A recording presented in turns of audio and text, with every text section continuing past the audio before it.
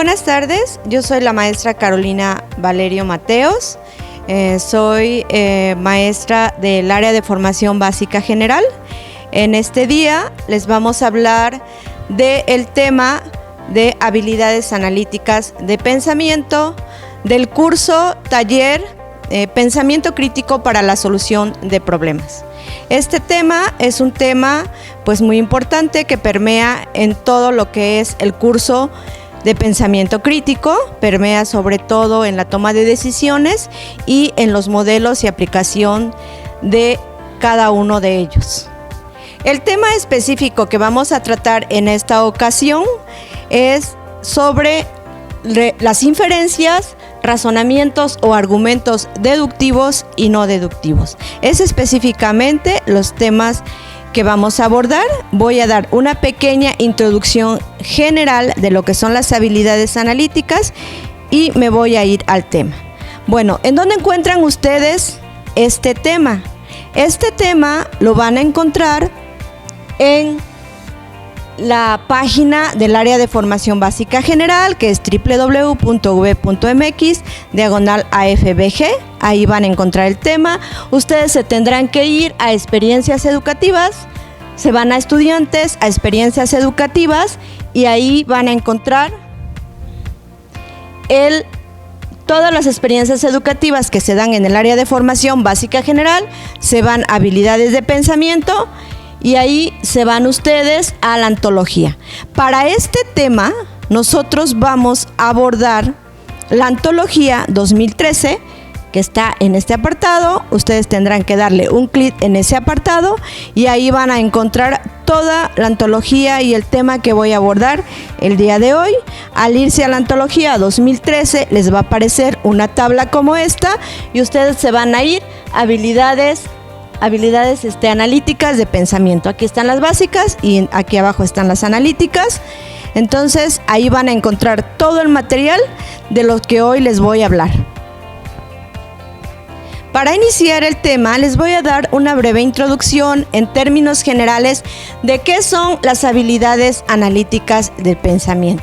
Bueno, las habilidades analíticas del pensamiento, como vemos aquí, comprende el proceso de ir de un todo, personas, objeto, evento, situación, que guardan entre ellas. Este nivel presupone que anteriormente el estudiante o la persona que aplique estas habilidades ya conoce las habilidades básicas o ya transitó por medio de las habilidades básicas, ya las desarrolló y ahora va a desarrollar un segundo nivel que viene siendo el nivel reflexivo. El primer nivel es el prereflexivo, el segundo nivel es el reflexivo. En el primer nivel encontramos al grupo de las habilidades básicas: observación, relación, clasificación. Entonces, descripción. En el segundo nivel encontramos lo que son las habilidades ya analíticas, que es un nivel reflexivo. Pero, ¿qué son las habilidades analíticas? ¿Para qué nos sirven las habilidades analíticas? Aquí les he puesto algunas cosas importantes de cuáles son las intenciones de las habilidades analíticas en la vida cotidiana y profesional de un estudiante. ¿Para qué nos sirven?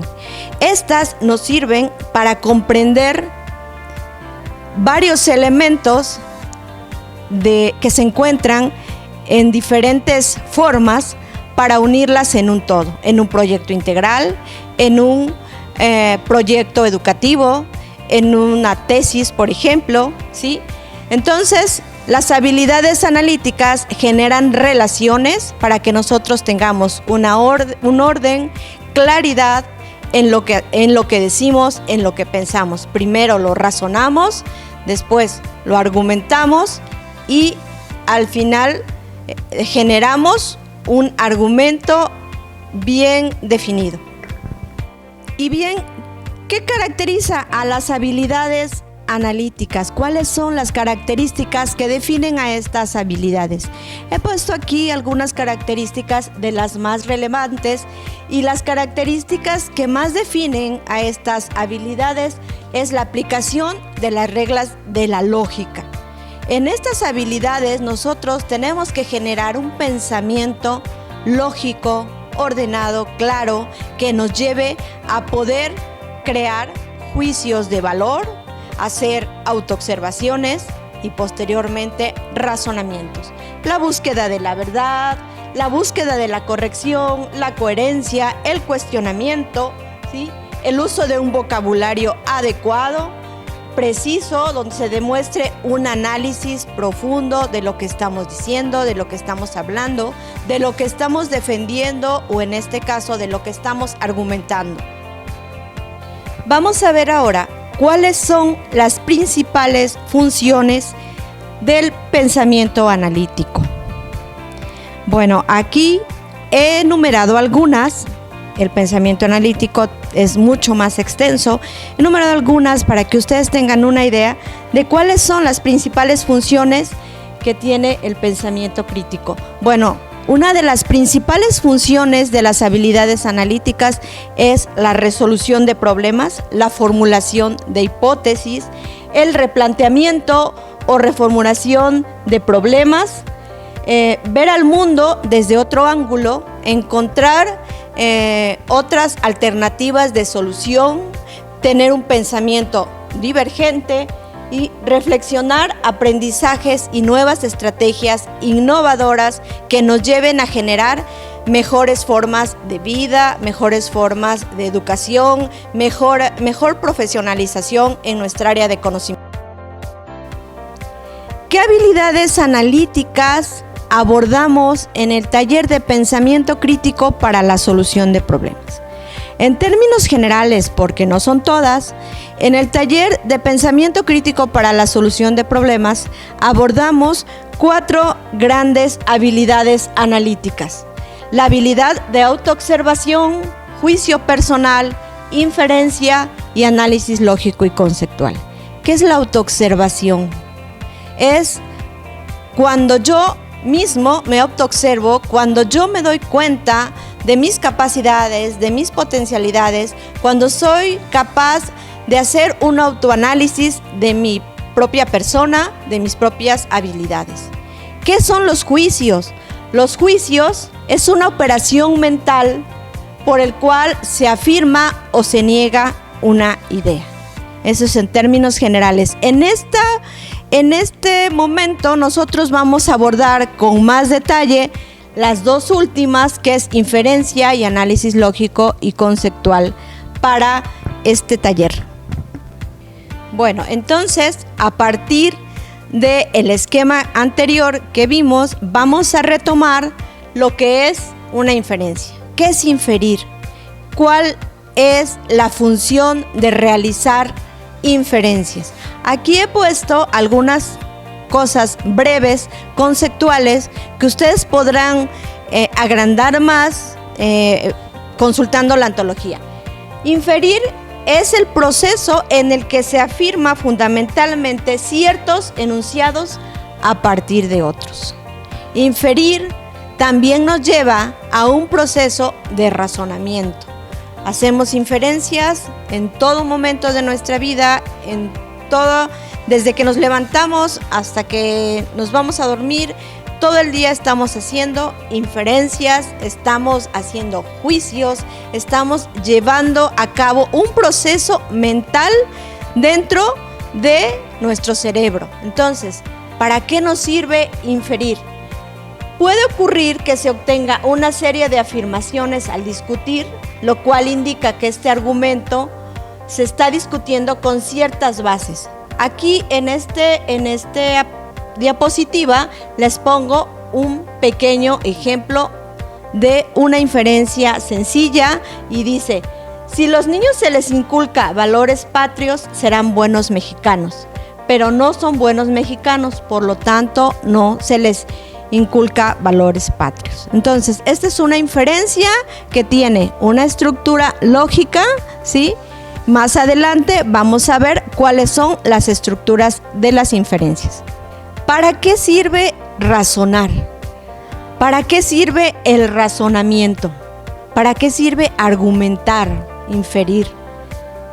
Pues todos los días estamos utilizando y desarrollando estas habilidades. A veces de manera muy adecuada, de manera muy acertada, estamos haciendo nuestros razonamientos. ¿Para qué sirve? Lo hacemos consciente e inconscientemente en todo momento, desde que despertamos, lo estamos haciendo. Se utiliza en la vida cotidiana y el razonamiento o argumentación defiende tesis para tomar decisiones, para convencer y para fundamentar la verdad. Un razonamiento tiene tres elementos que son los más importantes de la estructura en un razonamiento. El primer elemento son las premisas. El segundo elemento es la conclusión. Y el tercer elemento es la relación inferencial que existe entre las premisas y la conclusión. Entonces, nuestro argumento, razonamiento, siempre va a estar formado por estos tres elementos. Las premisas, que son todas las ideas, la conclusión que sacamos a partir de las ideas y la relación inferencial que existe entre unas y otras. Vamos a ver dos pequeños ejemplos de cómo podemos construir esos tres elementos en los argumentos y los razonamientos. Aquí tenemos tres pequeños ejemplos y lo que quiero hacer notar en esta diapositiva es las premisas y la conclusión. Entonces, para el primer ejemplo de Óscar estudia en la universidad, todos los estudiantes de la universidad al final deben realizar su servicio social. Por lo tanto, en algún momento, Óscar realizará su servicio social. ¿Cuáles son las premisas? Las dos primeras ideas que están separadas por una coma. Óscar estudia en la universidad es una premisa.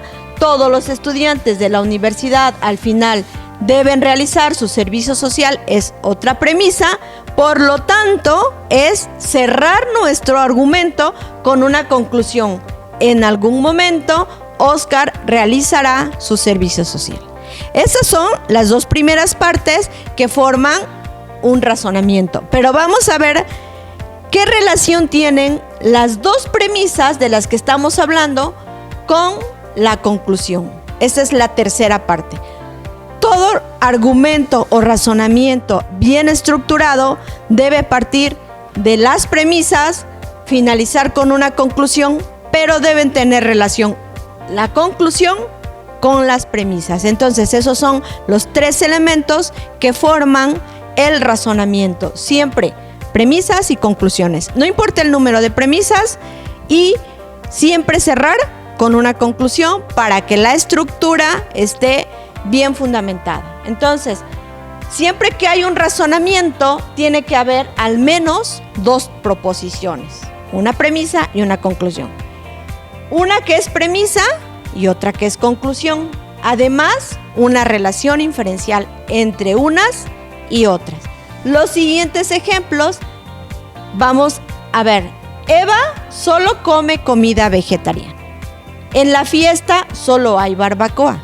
Premisa 1, premisa 2. Cerramos con una conclusión. Es posible que Eva no coma nada en la fiesta, ¿no? Una relación inferencial entre las premisas y la conclusión que cierra el enunciado. ¿Cómo detectamos que nuestras frases o nuestros enunciados o los párrafos que nosotros estamos analizando tienen una forma bien estructurada de argumentos o razonamientos? Para realizar para desarrollar este tipo de habilidades, tenemos lo que son las expresiones derivativas. ¿Qué son las expresiones derivativas? las cuales nos indican que estamos frente a un razonamiento. Entonces, aquí en la ontología se propone algunos indicadores, ¿sí? Como para hacer nuestras estructuras adecuadas, utilizando las palabras correctas, ¿sí? Se llaman expresiones derivativas y son indicadores para desarrollar correctamente nuestras premisas. ¿Cuáles tenemos que utilizar para enunciar correctamente nuestras preguntas? Aquí tengo 3 diferentes indicadores que pueden ayudarnos a expresar correctamente las premisas de nuestro argumento. ¿Por qué? ¿Cómo se demostró? Se indicó por, seguido, puede ser, inferido de, ¿sí? Entonces, aquí tenemos las palabras correctas que nosotros tenemos que utilizar para formular las premisas. También existen indicadores para formular correctamente nuestras conclusiones. Entonces, los autores nos indican que hay maneras correctas de formular la conclusión de nuestro razonamiento utilizando los indicadores que aquí les estoy colocando. ¿Para qué? Para tener una manera más clara de expresar nuestro razonamiento, una manera más puntual, una manera más ordenada, un lenguaje más ordenado a la hora de formular nuestros argumentos y nuestros razonamientos. Aquí tenemos 3 diferentes indicadores que nos sirven para la conclusión, para desarrollar adecuadamente nuestra conclusión. Entonces, estos indicadores tenemos que utilizarlos de manera correcta al formular nuestra conclusión. Aquí se los dejo para que ustedes los puedan tomar a la hora de estar estructurando sus razonamientos y sus argumentos. Todas estas tablas y todos estos indicadores los pueden profundizar un poco más en nuestra ontología. ¿Cómo se estructura el orden de nuestros razonamientos o argumentos? A ver, vamos a ver que si el argumento es un trozo de discurso escrito o hablado, las premisas en este apartado yo les he puesto algunos cuadros en donde les indico que no necesariamente primero deben de ir las premisas. Puede ir la conclusión y luego las premisas. Puede ir primero las premisas y luego las conclusiones. Puede haber premisas, conclusiones y premisas, ¿sí? Entonces, el orden no tiene tanta importancia, sino la estructura de cómo desarrollemos nuestro razonamiento, utilizando los indicadores adecuados, las palabras adecuadas para cerrar una conclusión, las palabras adecuadas para desarrollar nuestras premisas y finalmente cerrar con la relación que exista entre premisas y conclusiones o entre conclusiones y premisas. Es muy importante las tablas que les acabo de mostrar, usando los indicadores adecuados para formular nuestros razonamientos, ya que podemos caer en estos problemas que les presento aquí. Algunas veces nuestros razonamientos, los enunciados, las proposiciones que nosotros utilizamos no tienen una correcta definición, un correcto orden, un orden limpio de palabras, dijeran los filósofos, porque se utilizan dentro de nuestras premisas algunas palabras vagas. Por ejemplo, sé que, opino que, o sea, ya son como opiniones personales, ya son como cosas que yo estoy pensando nada más, ya no es la estructura correcta que lleva a un argumento. Aquí les pongo un ejemplo de esto que les estoy hablando. Dice, es distinto afirmar, este año no habrá cosecha, a afirmar, creo que este año no habrá cosecha. Son cosas muy diferentes, ¿sí? En una afirmo en otra digo, creo, no sé por qué creo, por qué son tus creencias, de dónde parten tus creencias, de que, no sé, el dios Sol nos va a hacer algo o qué va a pasar. Entonces es muy importante tener claridad cuando nosotros desarrollamos nuestros razonamientos y formular con una estructura correcta nuestros argumentos. De eso va a depender tener una buena conclusión y además nos va a llevar a que los demás entiendan con una claridad lo que nosotros estamos intentando defender. Acuérdense que la argumentación, que es la parte última del razonamiento, argumento y la argumentación, ya es la defensa de nuestras ideas. Y si nuestras ideas no están claramente definidas en esa argumentación que estamos defendiendo, no vamos a poder defender nuestra postura. Con esto concluimos que no todo lo que decimos, que no todo lo que escribimos son razonamientos y argumentos. A veces solo son ideas generales de algo, de un tema, incluso ideas contrapuestas, repetidas. Entonces no tiene la estructura correcta de lo que es un argumento. Puede haber inferencias informales que nosotros hablamos, platicamos de manera cotidiana y aunque son ideas, pero no tienen la estructura de un argumento. Con todo esto que yo les acabo de describir de cómo debe de ir un argumento, nos damos cuenta que realizar un argumento requiere de ciertos conocimientos, de respetar estructuras, de respetar incluso proposiciones que deben de ir correctamente ordenadas para poder arrojar un lenguaje ordenado, ¿sí?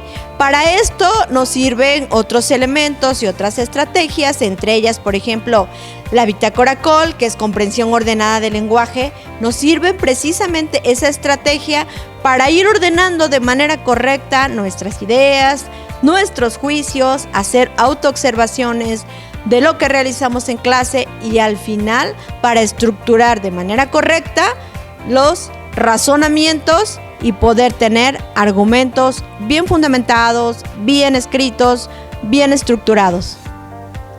Vamos a ver entonces con todo esto qué es el análisis lógico y conceptual.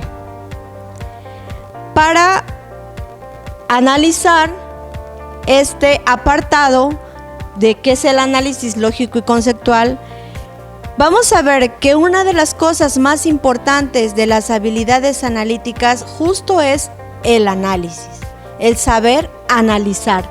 Aquí nos dice, una de las habilidades más importantes en el ámbito académico es sin lugar a dudas la habilidad de análisis mismo, que constituye una herramienta para la construcción de un lenguaje analítico propio de las teorías del campo disciplinar. O sea, se refiere a que si nosotros en cualquier disciplina que nos desempeñemos hacemos análisis rigurosos y finos de las teorías que se abordan dentro de nuestra disciplina, vamos a poder expresarnos correctamente, vamos a poder escribir correctamente y vamos a razonar correctamente, generando buenos argumentos, defendiendo nuestra argumentación. Entonces, aquí en análisis lógico y conceptual tiene dos grandes vertientes. Primero, el análisis lógico formal de cómo se estructuran los argumentos y qué tipos de argumentos hay. Y luego, el análisis semántico o conceptual. Vamos a ver qué es uno y qué es otro. Uno está centrado, el análisis lógico está centrado en el análisis lógico formal. Y el otro está centrado, el semántico conceptual, está centrado en los términos o contenidos del lenguaje. El análisis semántico o el análisis conceptual tiene la función de revisar cómo estamos conceptualizando qué proposiciones, qué artículos, qué sujeto, qué verbo estamos utilizando a la hora de estructurar nuestro análisis lógico formal. Entonces, es importante uno como es importante otro. Este nos ayuda a tener una estructura correcta, lógica, formal. Y este nos ayuda a un análisis de la semántica conceptual correctamente formulado. A partir de estos dos elementos, vamos a desarrollar un conjunto de ejemplos del análisis lógico formal de cómo se clasifican los razonamientos y la argumentación. Entonces, estos dos elementos, que son muy importantes para generar una estructura correcta de nuestros razonamientos, nos llevan un poco a analizar toda esta tabla que aquí les he puesto, que es una tabla muy completa de todo lo que son las habilidades analíticas del pensamiento, para que vayamos entendiendo en qué parte de las habilidades analíticas vamos. Entonces, tenemos que la primera tabla, ¿sí?, está compuesta de palabras, proposiciones, juicios. Posteriormente vienen las inferencias y los argumentos. Entonces, los argumentos están compuestos de todas estas partes anteriores, ¿sí?, para generar todos estos razonamientos que hacemos anterior a ese, nos permite generar una idea clara con premisas y conclusiones. Pero los argumentos, que es el proceso inferencial analítico, ¿sí?, está dividido en las dos partes que en la diapositiva anterior les he explicado, el formal y el conceptual. Nosotros, esta parte que es los términos adecuados que se usan, la forma de parafrasear, las definiciones correctas que hacemos, las implicaciones semánticas, las implicaciones de la conversación, la identificación de planos categóricos, cómo están estructurados nuestro lenguaje. Esta parte es la que cuida que nuestro argumento esté bien desarrollado con las palabras correctas y los conceptos adecuados. Esta parte es la clasificación de argumentos. Si ustedes se dan cuenta, aquí tenemos los deductivos y los no deductivos. Los deductivos que nosotros vamos a manejar, que manejamos en este curso taller, son los que están aquí, son los 4 que están aquí, y los no deductivos que nosotros manejamos en este taller son los 4, son 5, perdón, aquí nos falta uno. Bueno, ya no se maneja el último, pero yo lo he incluido. Aquí hay 4 argumentos que vamos a manejar. Entonces, tenemos, si se dan cuenta, esta tabla, siempre que tengan un poco de confusión de cómo es la estructura de las habilidades analíticas en el taller, regresen a la tabla, retomen la tabla y vean que, bueno, es muy fácil. El apartado de argumentos es un proceso inferencial analítico, se divide en dos, ¿sí? El primero es la clasificación de los tipos de argumentos y la otra parte es la manera como conceptualizamos los argumentos. Entonces, esta tabla nos ayuda mucho a irnos ubicando en lo que es el tema de habilidades analíticas de pensamiento. Bueno, entonces, como les venía diciendo, el análisis lógico formal se divide en dos apartados: en argumentos deductivos y en argumentos no deductivos. Vamos a ver qué diferencia hay entre los argumentos deductivos y los argumentos no deductivos. Los argumentos deductivos son aquellos que marcan una necesidad lógica formal, ¿sí?, de una afirmación a otra. Sus premisas pretenden ser contundentes o son verdades que siempre estarán a favor de la conclusión. Entonces, los argumentos deductivos son lógico-formales y los argumentos no deductivos son aquellos que no marcan una necesidad lógica formal de una afirmación a otra. Es más débil, y sus premisas no son tan contundentes para llevar a cabo una conclusión. Entonces, vean, la primera parte son rigurosos, la segunda son más flexibles, yo así les llamo, la segunda así como que a lo mejor nos permite desarrollar con más soltura el lenguaje, pero no quiere decir que lo hagamos mal o de manera desordenada. En la primera lo tenemos que hacer correctamente porque las estructuras así nos los marcan. Bien, vamos a hablar de la clasificación de los argumentos deductivos.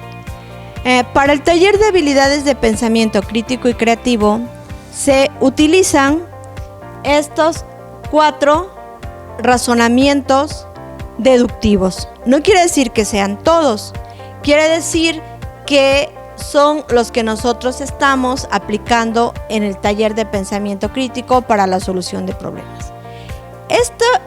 Los que ven aquí, que es el modus ponens, el modus tollens, el silogismo disyuntivo y el silogismo hipotético, son 4 formulitas o esquemas que ustedes deberán aplicar de manera obligatoria cuando quieran desarrollar un argumento del tipo que se les solicite. Si yo les solicito, por ejemplo, desarrolla un argumento con el tema de SIDA, por ejemplo, de modus tollens.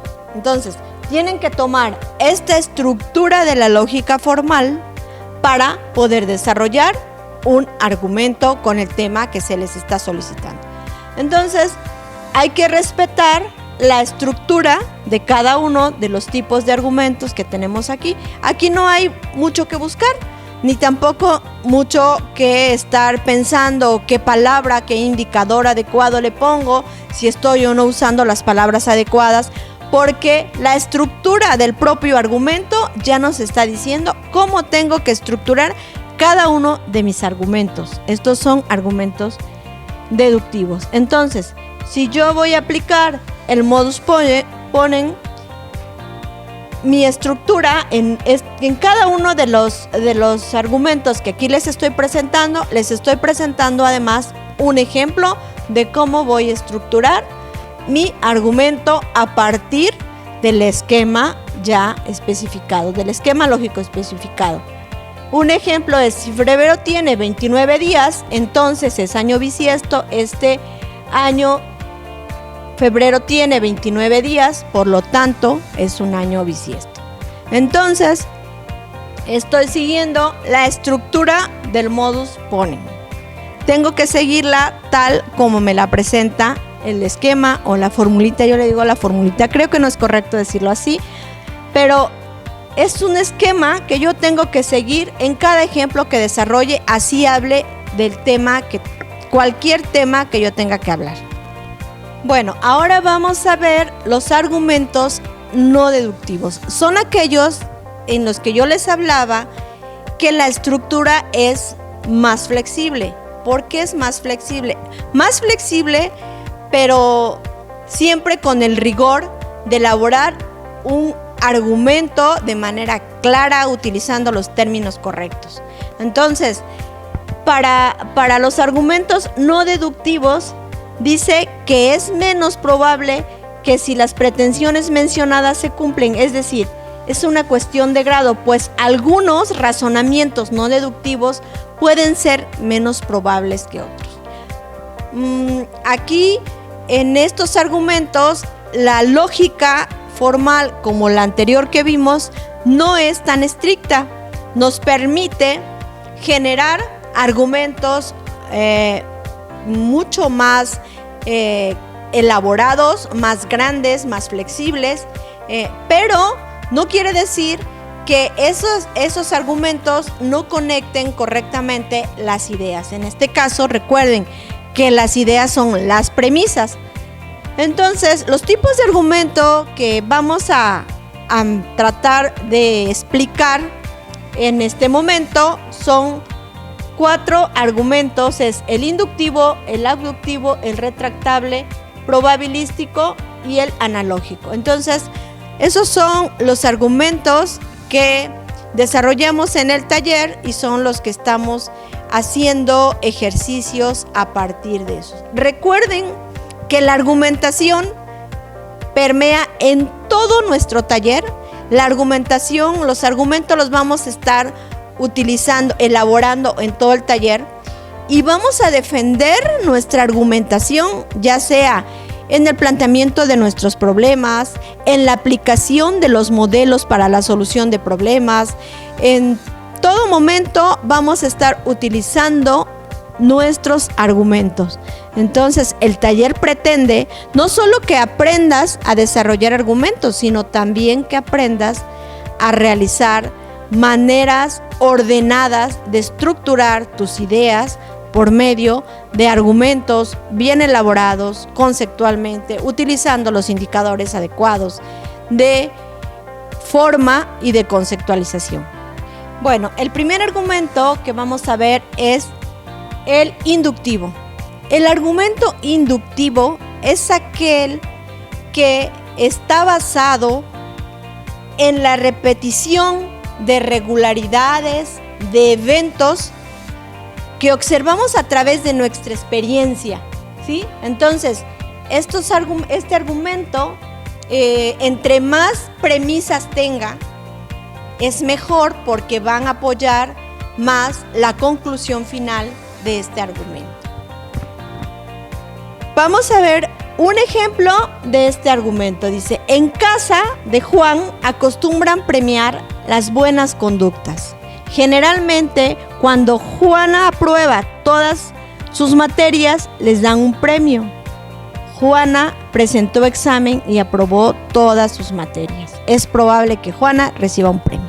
Entonces, todas las premisas, y dice la palabra acostumbran.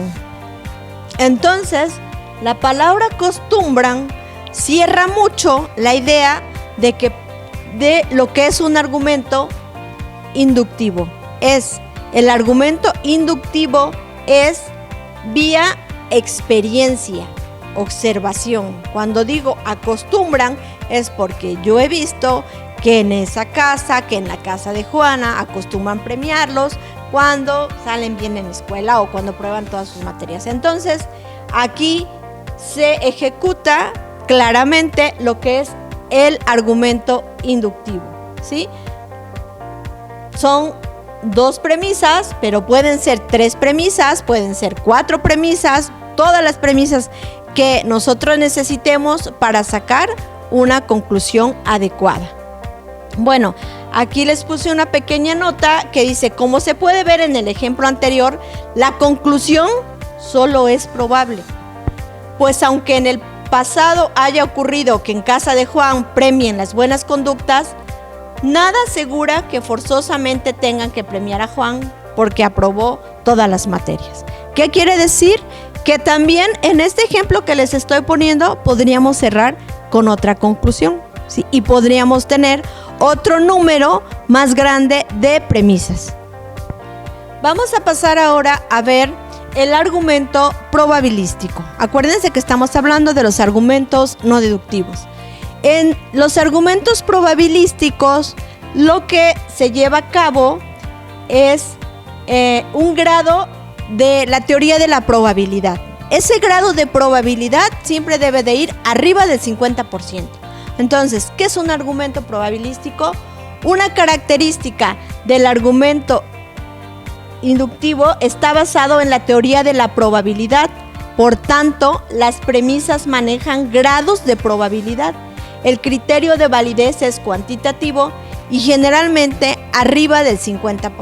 Entonces, todos los argumentos que generemos y que caigan en esta clasificación tienen que hablar de probables sucesos. Un ejemplo, aquí les pongo 2 ejemplos del argumento probabilístico y dice que el 80% de los servidores públicos en México son corruptos. En México hay problemas de corrupción. Premisa 1, premisa 2. Cerramos con una conclusión. Es probable, pero acá estamos hablando del 80%, arriba del 50%, que en México los problemas de corrupción provengan de los servidores públicos. Es muy probable, ya que aquí arriba estamos manejando un porcentaje muy alto de probabilidad, ¿sí? Otro ejemplo, que no habla del 80, pero habla del 70, dice: el 70% de los estudiantes con problemas de aprendizaje y que no tienen retardo en el desarrollo provienen de familias disfuncionales. En esta escuela, algunos estudiantes tienen problemas de aprendizaje. Es probable, ya se maneja la palabra, que los estudiantes que tienen problemas de aprendizaje provengan de familias disfuncionales, ¿sí? ¿Por qué? Porque el 70% de los datos de los estadísticos nos está arrojando que esos estudiantes vienen de familias disfuncionales. Entonces, dos ideas entrelazadas. Aquí les voy a hablar de dos cosas diferentes. Aquí son dos ideas que no están entrelazadas y una conclusión. Aquí son dos ideas entrelazadas por la I, por la letra I. Son dos ideas juntas y una conclusión a partir del porcentaje que se maneja, ¿sí?, en la estructura del argumento probabilístico. Bueno, ahora vamos a hablar del tercer tipo de argumento no deductivo, y es el abductivo. El abductivo tiene características muy específicas, porque para estructurar un argumento abductivo necesitamos tres elementos y son tres pasos que debe tener ese tipo de argumento. Es un hecho, una hipótesis que sucede a partir del hecho, o sea, hacia atrás, y una afirmación que la causa fue realmente la responsable. Entonces, para formular este tipo de argumentos necesitamos tener tres elementos.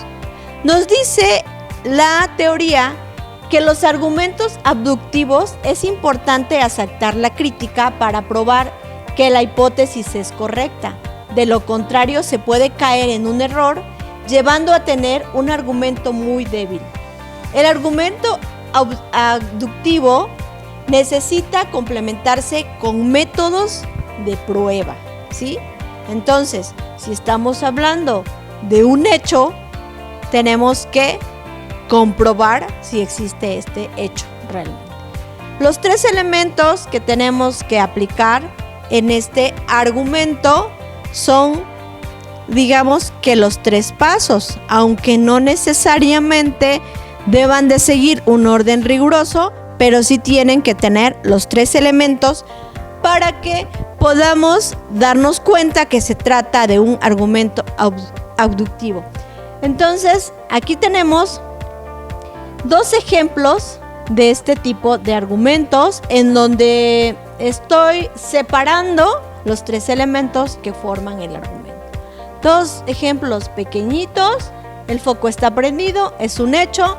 El foco se prende cuando se activa el interruptor, es una hipótesis, y es probable que el foco esté prendido porque alguien activó el interruptor. Es la parte final que cierra el argumento.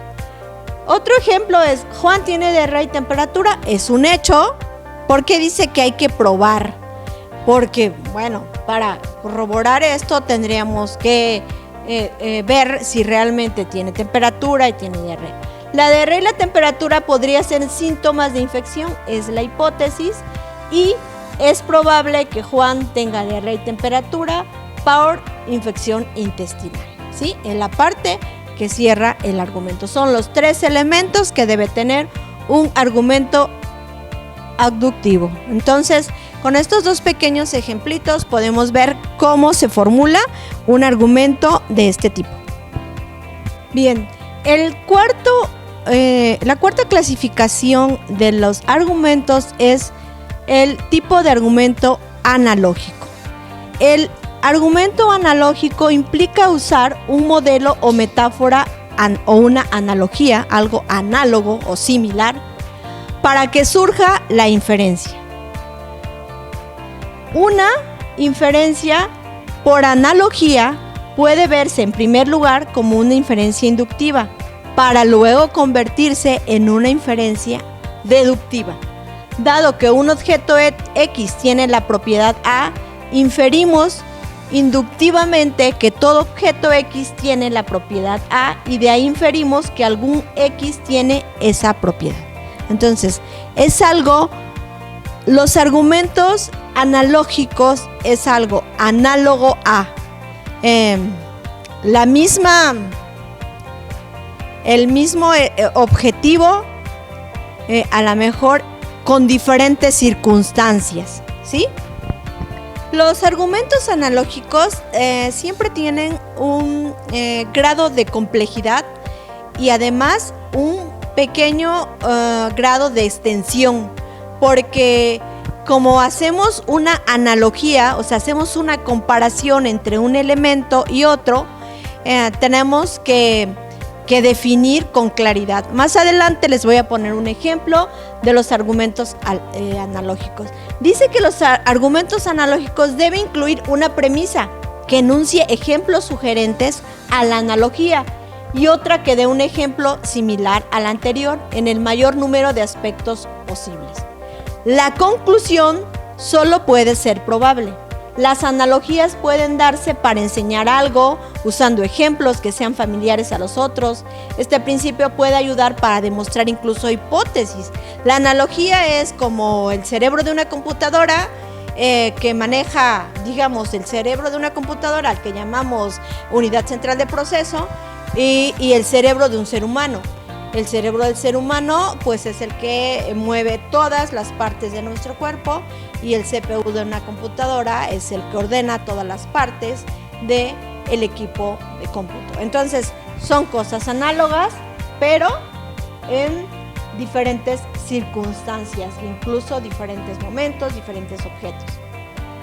Vamos a ver un ejemplo sencillo de cómo la analogía ayuda a evidenciar de manera sencilla algo que es complejo, ¿sí? Algo que se nos dificulta, o sea, es como las tablas de multiplicar y el ábaco, ¿no? O sea, el ábaco nos ayudaba para aprender las tablas de multiplicar, es un objeto, y ahora nos apoyamos en el ordenador, por ejemplo. Entonces, el ejemplo que yo aquí les pongo es el siguiente, y dice así: un barco es un lugar donde existe un capitán, que es el dirigente, una jerarquía de tripulantes. Vamos a ir viendo todas las premisas que tiene este argumento, y si se dan cuenta, a comparación de los ejemplos anteriores, es un argumento que tiene una estructura más compleja por su misma analogía que se debe de hacer al interior de ellos. Una jerarquía de tripulantes, que son los subordinados, si no se ponen de acuerdo o no hay buena comunicación, seguramente las cosas no marcharán bien. Tenemos la primera parte, vamos la siguiente. Con la anterior inferimos por inducción que cualquier lugar en el que haya un dirigente y un subordinado, si no se ponen de acuerdo, no hay buena comunicación, seguramente las cosas no marcharán bien. Entonces concluimos, acá viene la analogía, que una sociedad es como un barco, puesto que una sociedad hay un gobernador, funcionarios y pueblo. Si no se ponen de acuerdo o no hay buena comunicación, seguramente las cosas no marcharán bien. Estamos aplicando la analogía del barco y la analogía del gobierno de una sociedad, que finalmente son dos actores diferentes, pero tienen funciones similares, en diferentes contextos, en diferentes funciones, pero los une la analogía que los hace similares. Entonces, los argumentos analógicos, pues a veces creo que nos resultan como los más complejos de desarrollar, porque no encontramos las analogías correctas para poner nuestros ejemplos, pero estos sin embargo nos sirven para entender cosas complejas, como cuando le explicamos a un niño pequeño quién es el presidente, ¿no? de México. Mira, el presidente de México es como tu papá. Tu papá aquí es el que no sé, nos ayuda, es el que te orienta, es el que te da dinero, etcétera, etcétera, ¿no? Es el que te dice cómo debes de comportarte. Y el presidente de México o el presidente de un país tiene estas funciones específicas. Entonces nos ayuda a que lo complejo lo podamos traer a un ámbito sencillo y entenderlo de manera más clara.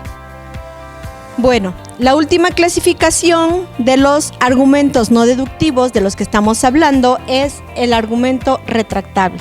A diferencia de los argumentos deductivos en los que se tienen conclusiones garantizadas por sus premisas, ya que estas son contundentes y que no son afectadas al incluir más información, o sea, más premisas, el argumento retractable consiste en que la conclusión va a cambiar al ir incluyendo nuevas premisas. ¿Por qué? ¿De dónde viene el nombre retractable? Me retracto, ¿no? O sea, ya no voy a concluir así porque ahora resulta que hubo más hechos que se incluyeron y entonces me retracto y ahora no concluyo de esta manera el argumento. Entonces, el argumento retractable es el único que consiste en que la conclusión va a cambiar al ir incluyendo nuevas premisas que sustenten una conclusión diferente. Vamos a ver un ejemplo de el argumento retractable y un ejemplo sencillo para que lo entendamos. Dice: cada vez que lleno de gasolina el tanque de mi coche, funciona. Hoy llené de gasolina el tanque de mi coche, por lo tanto, mi coche funciona. Si incluyo una premisa adicional como: hoy, además de la gasolina, le eché a mi tanque agua y azúcar, no puedo concluir que mi coche funcionará. La premisa adicional me orilla a concluir otra cosa, que el motor de mi coche no funcionará. Entonces, si yo le puedo incluir otras premisas, obviamente mi conclusión va a cambiar. Vamos a ver que con estos ejemplos y esta clasificación de los argumentos, hay que tener en cuenta dos cosas importantísimas: la forma y el contenido. La forma y el contenido, la forma tiene que ver con la relevancia lógica, es decir, con el modo de conexión entre las premisas y las conclusiones. Tenemos que tener premisas claramente formuladas y conclusiones que se deriven de las premisas. Pero la otra parte que debemos cuidar en un argumento es el contenido, la forma en cómo lo estamos expresando, cómo estamos utilizando las palabras adecuadas en un argumento para que todo ese enlace ordenado y preciso de palabras, acuérdense que en este caso es muy importante los puntos, las comas, el punto y aparte, ¿sí? Incluso los conectores, ¿sí? Las proposiciones que son conectores, también los conectores como y, entonces, etcétera. O sea, son muy importantes que utilicemos los términos adecuados, las palabras adecuadas de acuerdo a la clasificación. Entonces, forma y contenido son dos elementos importantes que tenemos que cuidar: la forma lógica y el contenido de la estructura conceptual de nuestras palabras que utilicemos a la hora de formular los argumentos. La lógica formal y de los argumentos deductivos y no deductivos tienen una manera sintetizada de ayudarnos a entender la estructura de nuestros argumentos. ¿Cómo podemos entender cuando nuestras premisas van separadas, cuando nuestras premisas, las ideas, van obligatoriamente unidas? ¿Cuándo podemos ver cuántas conclusiones tienen nuestros argumentos? Bueno, una manera sencilla de hacer esto es utilizando los diagramas, la diagramación de argumentos. Los argumentos los vamos a diagramar con 4 pequeñas estructuras sencillas, pero que nos van a ayudar para entender la manera de cómo están estructurados nuestros argumentos. Entonces, estas diagramas nos permiten tener claridad a la hora de revisar nuestro argumento. A ver, esta premisa está correcta, esta premisa no se enlaza con la otra, esta premisa no tiene nada que ver con la conclusión. Estos diagramas nos permiten realizar un análisis de la estructura y la forma de nuestro argumento. No nos dice qué tipo de argumento es, nos permite estructurarlos para tener un orden en la forma y el contenido de nuestro argumento. Entonces, los diagramas que vamos a presentar aquí son 4. El primero que les voy a presentar es el convergente, y el convergente dice cuando las premisas de un argumento son independientes para una conclusión. Fíjense, aquí en el contenido es muy importante. Entonces, tenemos premisa 1, premisa 2 y conclusión.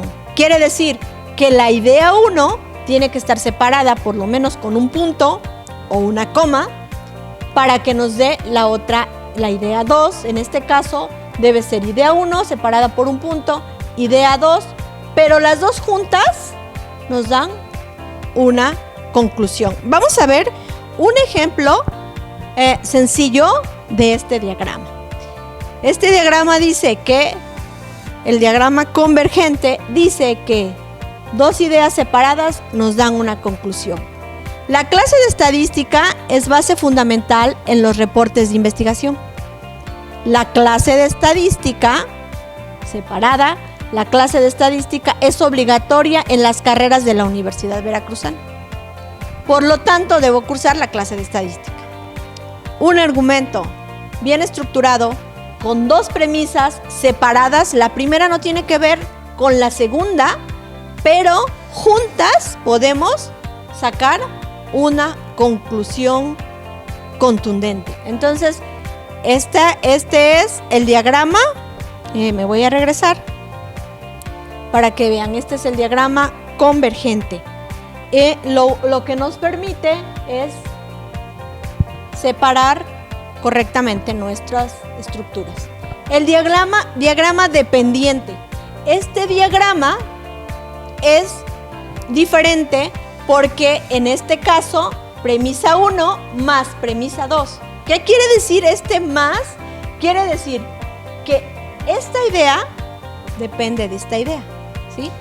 Al arrojar esta idea, ¿sí?, esta premisa, puedo sacar otras más premisas. Puede ser 1, 2, 3, 4. Recuerden que los argumentos pueden tener muchas premisas. No importa el número, sí, es lo que queremos demostrar y para que tengamos una conclusión sólida. Entonces, premisa 1 más premisa 2 nos va a dar una conclusión. Quiere decir que estas dos ideas que son unidas nos van a llevar a esta conclusión. Vamos a ver un ejemplo sencillito. El camino estaba mojado, la noche muy oscura y los frenos iban fallando. Aquí está la palabra "y", que une a las ideas, de modo que tuvo que suceder el accidente. Entonces, este diagrama une dos ideas. Vamos a ver el divergente. El divergente dice cuando una premisa apoya a más de una conclusión, ¿sí? Entonces, tres premisas que apoyan a una conclusión. Así lo tendríamos que diagramar, es el divergente. Vamos a ver el diagrama divergente, un ejemplo del divergente. Hacer ejercicio a cualquier edad es bueno para la salud, por lo tanto, todo el mundo debería hacer ejercicio. Por lo tanto, todas las escuelas deberían promover el ejercicio. Por lo tanto, personas de la tercera edad deberían de hacer ejercicio, ¿sí? Un ejemplo del diagrama presentado. Vamos a ver el último diagrama, que es el encadenado. Y dice que en la premisa también va la conclusión. Premisa, conclusión, premisa, conclusión, premisa, conclusión. Es el encadenado o serial. Vamos a ver un ejemplo de este diagrama. Recuerden que los diagramas no son clasificaciones, son solamente para tener una idea clara, bien, de cómo separar nuestras premisas y cómo separar nuestra conclusión. Dice, el SIDA es una enfermedad del sistema inmunológico, premisa 1. Por lo tanto, el estudio del sistema inmunológico es base para el descubrimiento del cura del SIDA. Premisa y conclusión. Si el estudio del sistema inmunológico es base para el descubrimiento del cura del SIDA, entonces todos los centros de salud deberán promover el financiamiento de la investigación en el campo de la inmunología. Premisa y conclusión, unidas. Entonces, eso es para nuestro diagrama serial. Bueno, ya con esto yo concluyo la parte de lo que es el razonamiento y argumento no deductivo y deductivo. Si tienen dudas, con gusto aquí les dejo mi correo electrónico, mi página personal y la página del área de formación básica general.